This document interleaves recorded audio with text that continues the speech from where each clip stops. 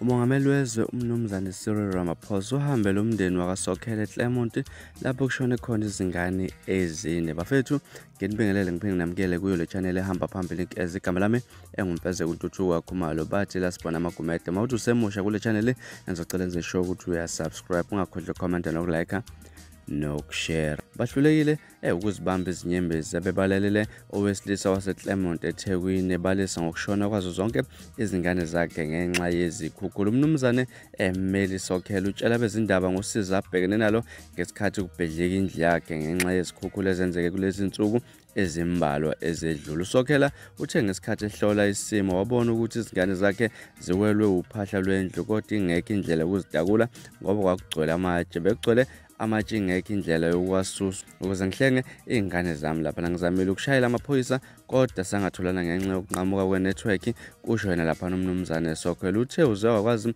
ukuthola abosizo bezinhlekelele ngo-12 ebusuku kodwa nabo bangakwazi ukufinyelela emzini wakhe ngoba imigwaqo yayibhidlikile. Uthe kubuhlungu kakhulu ukuthi akazange ukusindisa ngisho neyodwa ingane yakhe. Ngokusha kukaNkosazane Lamlile Sithole ongumama wezingane uthe babuhlungu okwenzekile, bayathemba ukuthi uhulumeni uzongenelela ngokusho kwabaholi bezwe. Laphana ezine ingane zakhe eshone zonke laphana kuyo nenhlekelelo. Umongameli wezwe umnumzane Cyril Ramaphosa uhambele lo mndeni ephelezelwa undunankulu wesifundazwe umnumzane Sihle Zikalala kanye nabanye ongqongqoshe. uZikalala okungiyena owethula umongameli emndenini wakwaSokhela ubanikeza isiqinisekiso ukuthi uhulumeni uzohambisana nawo kulesi simo esesikhathi esinzima lo mndeni obhekene naso. Umongameli uthe ngesikhathi ezwe ngesehlakalo esenzekile utshela undunankulu nongqongqoshe wezokubusa ngokubambisana uNkosazane Dlamini Zuma ukuthi uzofika azozibonela mathupha ngokwenzekile. Ngesikhathi efika ube nomhlangano nabaholi balesi sifundazwe bachazela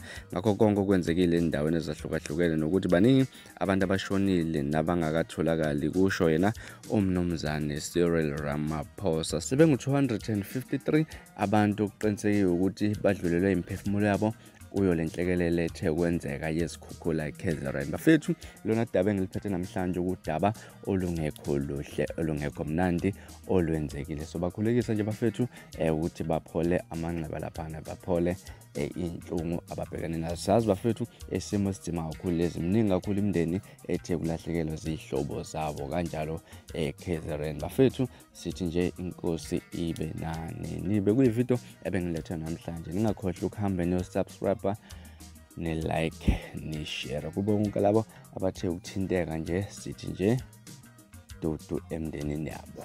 Niphathe kahle, ngithanda kakhulu.